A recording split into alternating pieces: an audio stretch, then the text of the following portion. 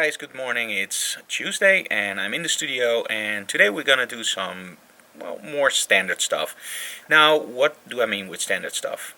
Now, of course, we do a lot of educational work, like, quite frankly, behind the closed doors, digital classroom.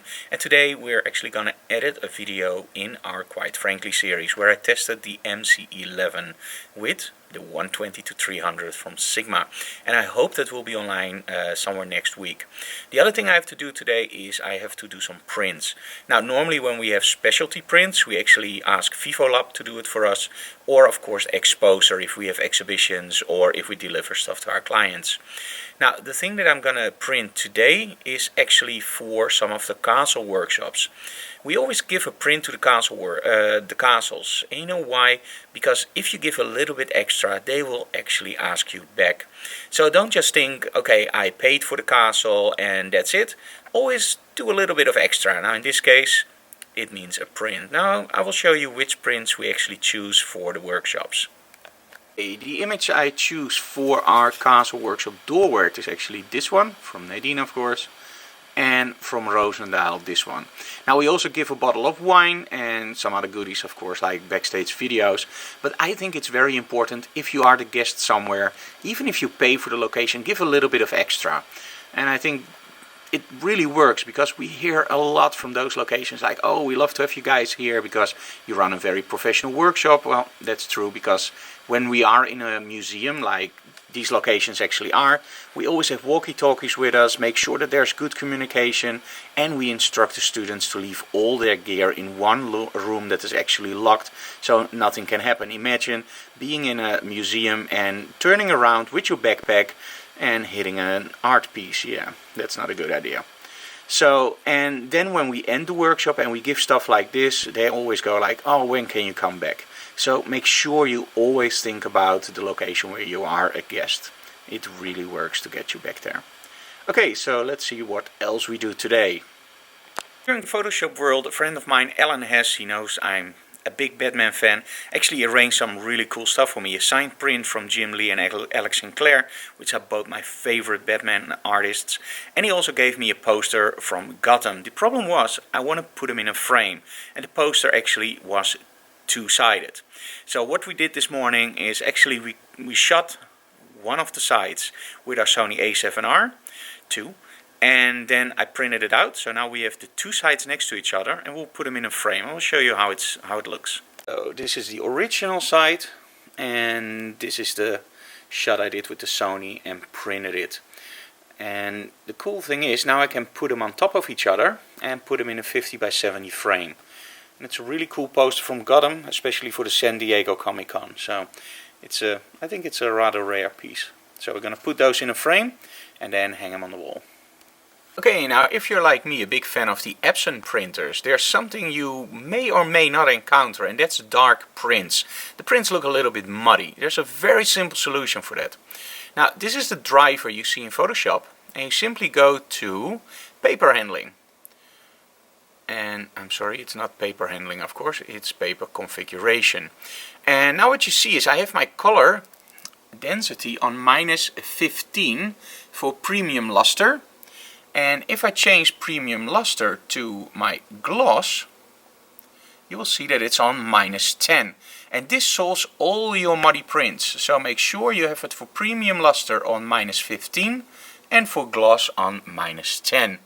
Now, the other thing that's of course very important is make sure you choose the right paper size. Now, we are now using this paper, and it's actually A3 plus, so 13 inch by 19 inch. I love that size to give to clients because it can still fit in a frame and it's still big. And as you can see here, what I do is I let Photoshop manage my colors, and that means that the printer doesn't do it automatically. I do have to choose a profile, and in this case I'm using premium luster paper. So I'm using the premium luster profile. This is very important. Don't put stuff like here, like ProPhoto or Adobe RGB, or your, well, we've seen the weirdest thing, like your monitor profiling. This is really for the printer. Okay, and the only thing I now have to do is make sure that if I want to fit it on the medium, I very simply say scale to fit. And there we go. Now we do have white borders on the top and the bottom. And of course, if you don't want that, you can very simply say scale. Now, really quick tip, is if you do scale to fit media, as you can see here, you actually already see the percentage. Now, let's change that very quickly. And I want to fill the frame. So let's just go for, let's start at 65%. Nope, we need a little bit more, 67, there we go. And that nicely fits the frame. Now in this case I don't mind that it crops a little bit, I would rather have it full frame. And of course you can do it in Photoshop, but during printing it's a way easier and faster thing. And you can still move your image around, by the way, if you want it more that way. Or if you say, okay, crop it from that way. It's very simple to just move it around. Let's see. Let's do it like this. There we go. And now the only thing I have to do is say print. And I do the same thing for the other one. And of course, just say proceed, I know what I'm doing. Okay, and I also have to print the other one, but, well, I do the same thing, so we won't be filming that. Okay, now while I was recording this, I just gave you a tip about muddy prints in the Epson printers. And I decided, well, why just leave that print only in behind the closed doors? So we actually also recorded it, quite frankly, in between.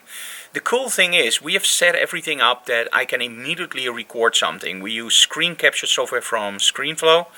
And we use an H4 recorder from Zoom, and the only thing I have to do is just put the USB connector in it and press record. Now this is one of the tips that I will give you guys who want to do instructional videos or vlogging.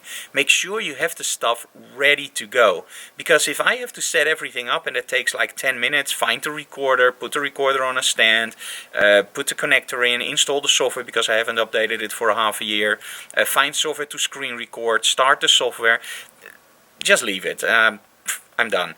So make sure that everything is ready to go, and it doesn't take a lot of space. It's just a recorder, it's always ready. Just connect the USB cable and press record. So make sure if you make a desk, you make room for that kind of stuff. Of course, if you're into that kind of stuff, if you say like, I never want to record any instructional video, just skip this scene. Well, you already watched it, so let's go to the next scene.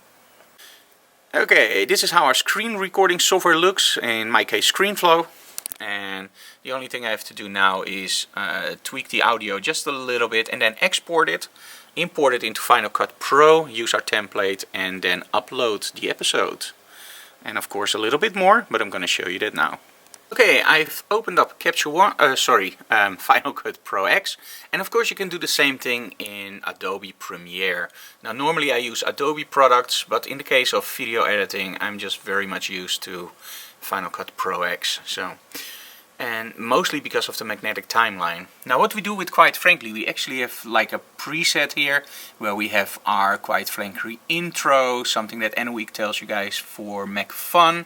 Then we have the letters, or in this case the intro, some information about our new Capture One video, and the end trailers. The only thing I now have to do is drag in the new video. So let's go to our second monitor and get the muddy Epson prints version and just drag it over here. Make sure, by the way, that you drag it in from the original location. So if you record something, make sure you record it and then save it on the drive where you're gonna keep it. And that's something that's very important. And I will turn the camera around and explain why. Okay, so why is it important that you store the files on the right location and then import them? Final Cut Pro and of course Adobe Premiere and Photoshop and Lightroom remember where files are. So let's say that I now recorded this via ScreenFlow, I have it on my hard drive on the desktop.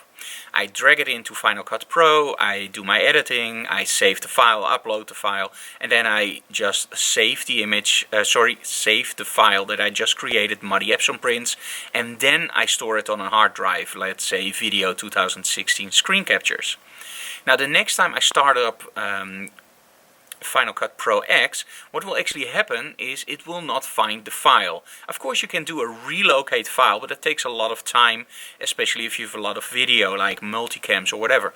So make sure that if you import it from your location, that it's the location where you actually also store it. And this is something that a lot of people forget. They leave it on their desktop, they want to take the video out to the people, and they do it very, very fast. and then they realize, oh yeah, I have to store this on that and that drive. So make sure you always import from the same location. Now in Final Cut Pro X there's also another tip I want to give you, and let's turn the camera around for that again. If you import your files, you can tell Final Cut Pro X to copy it to the library storage location or leave it in place. Now I always leave it in place because I don't want my files to occupy on two locations. Now we do a lot of video, and that means that if I say copy it to the library storage location, my library will be huge. And if I just leave it in place, it will just know where the file is. And that's why it's so important to store it on the right location, and it will use it from there. So that's how I do it. If you have any other opinions, of course, and it works for you, that's fine. But this is my tip. Hey guys, now for quite frankly, we want a nice little thumbnail in YouTube. Now we don't do this for the other shows, but for quite frankly we do, because there are a lot of episodes. Now this is actually our preset. So we have our background, we have our text, our shape and the text. So let's change the text to episode 76.